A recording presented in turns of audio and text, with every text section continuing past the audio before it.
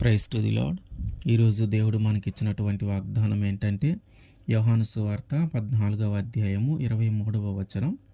ఒకడు నన్ను ప్రేమించిన ఎడల వాడు నా మాట గైకొనును. ఆమేన్. మనము ఎవరినైనా ప్రేమిస్తూ ఉన్నా, ఎవరినైనా ఇష్టపడుతూ ఉన్నా, ఆ ప్రేమించే విధానాన్ని మనం ఎలా వ్యక్తపరుస్తామంటే వారి మాట వినటము ద్వారా.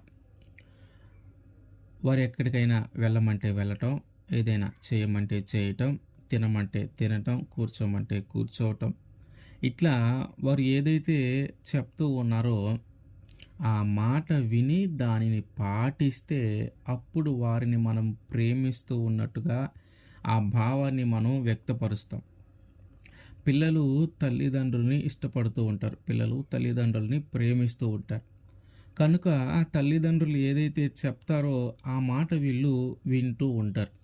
ఎక్కడికైనా వెళ్ళమంటే వెళ్ళటం, ఏదైనా చేయమంటే చేయటం, ఎవరినైనా కలవమంటే కలవటం, ఏదైనా పనికి వెళ్ళమంటే వెళ్ళటం, ఏదైనా ధనము విషయంలోనూ, చదువు విషయంలోనూ, స్నేహితుల విషయంలోనూ మాట్లాడొద్దని చెప్పటం కానీ, మాట్లాడు అని చెప్పటం కానీ, ఇట్లా రకరకాలుగా ఏదైనా ప్రమాదం జరిగినప్పుడు కానీ, ఇట్లా రకరకాలుగా పిల్లలు ఎప్పుడు కూడా తల్లిదండ్రుల మాట వింటూ ఉంటారు. అంటే దానిని ఎలా వ్యక్తపరుస్తూ ఉన్నారంటే తల్లిదండ్రుల మీద ఉన్న యొక్క ప్రేమని, వారి మీద ఉన్న ఇష్టాన్ని ఎలా వ్యక్తపరుస్తూ ఉన్నారంటే వారి మాట వినటము ద్వారా. మనము తల్లిదండ్రులతో, అమ్మతోనో నాన్నతోనో మీరంటే మాకు చాలా ఇష్టమే అని మనం ఒక మాట చెప్పి, వారు ఏదైనా పని చెప్పితే వారి మాట వినకుండా, వారు ఏం చెప్పినా వారి మాట వినకుండా, వారు చెప్పింది చేయకుండా ఉంటే మనము ఆ మాట చెప్పి ఉపయోగము లేదు. అంటే మనము ప్రేమిస్తూ ఉన్నాము అని చెప్పి వారు చెప్పిన మాట వినకుండా ఉంటే దానివల్ల ఆ భావం మనం చెప్పిన మాట నిజమనేది నమ్మకమైనదిగా ఉండదు. తల్లిదండ్రులతో వారిని మనం ఇష్టపడుతూ ఉన్నాము, వారిని మనం ప్రేమిస్తూ ఉన్నాము అని పిల్లలు చెప్పినప్పుడు ఆ మాట మాత్రమే చెప్తే సరిపోదు. వారు ఏదైనా తిరిగి మనతో మాట్లాడుతూ ఉన్నప్పుడు వారు చెప్పింది కూడా మనము చేయగలగాలి. కనుక యేసుక్రీస్తు వారిని కూడా మనము ప్రేమిస్తూ ఉన్నాము, ఆయన్ని ఇష్టపడుతూ ఉన్నాము అనే మాట మాత్రమే చెబితే సరిపోదు. ఆయన చెప్పినది కూడా మనము చేయాలి. ఆయన ఏం చెప్తూ ఉన్నాడు, ఏం చేయమంటూ ఉన్నాడు, ఎలా బ్రతకమంటూ ఉన్నాడు, ఎలా జీవించమంటూ ఉన్నాడు, ఎలాంటి చూపు కలిగి ఉండాలంటూ ఉన్నాడు, ఎలాంటి ప్రవర్తన కలిగి ఉండాలి అంటున్నాడు, ఇదంతా కూడా మనము విని దానిని గ్రహించాలి. దాని ప్రకారము కూడా జీవించాలి. మనము నోటితో అవును యేసుక్రీస్తు వారంటే నాకు ఇష్టము, యేసుక్రీస్తు వారంటే నాకు చాలా ఇష్టము, ఆయన నేను ప్రేమిస్తూ ఉన్నాను అనే ఒక మాట మన నోటి నుంచి వస్తే సరిపోదు. యేసుక్రీస్తు వారు ఏం చెప్తూ ఉన్నారు, యేసుక్రీస్తు వారు ఎలా బ్రతకమంటూ ఉన్నారు, యేసుక్రీస్తు వారు ఎలా జీవించమంటూ ఉన్నారు, దీనిని విని దానిని గ్రహించి దాని ప్రకారము మనం ఎప్పుడైతే జీవిస్తామో, అంటే యేసుక్రీస్తు వారి మాట మనం ఎప్పుడైతే వింటామో అప్పుడు ఆయనని ప్రేమిస్తూ ఉన్నామనే మాట నిజమైనదిగా భావిస్తాం. సౌలు రాజుగా ఏర్పాటు చేసినప్పుడు దేవుని చాలా ఇష్టపడ్డాడు.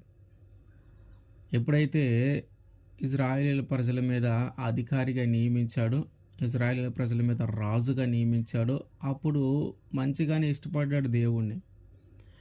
అంటే ఇష్టపడటము మాత్రమే కాదు, ఏది చెప్తే అది చేస్తూ వచ్చాడు.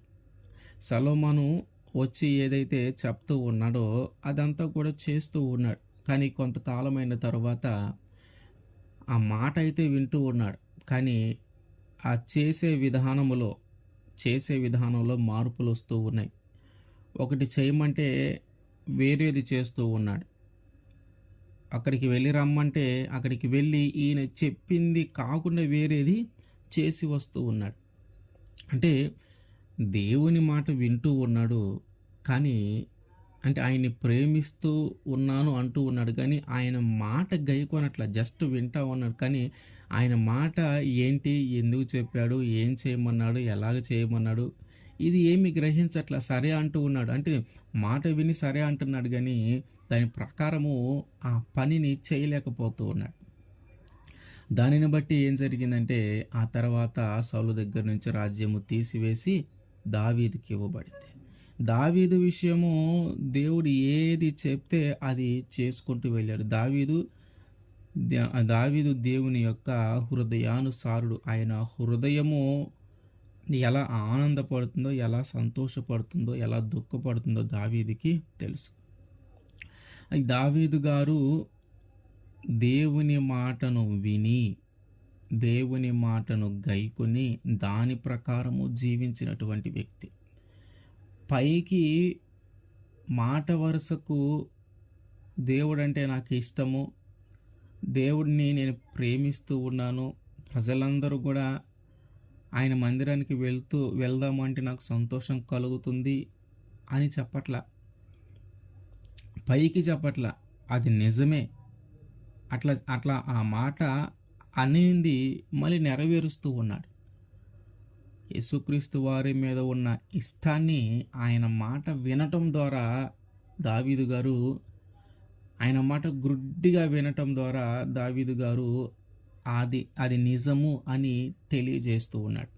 కనుక మనము దేవుణ్ణి ఇష్టపడుతూ ఉన్నాం, యేసుక్రీస్తు వారిని ప్రేమిస్తూ ఉన్నాం అనే ఒక మాట చెబితే సరిపోదు.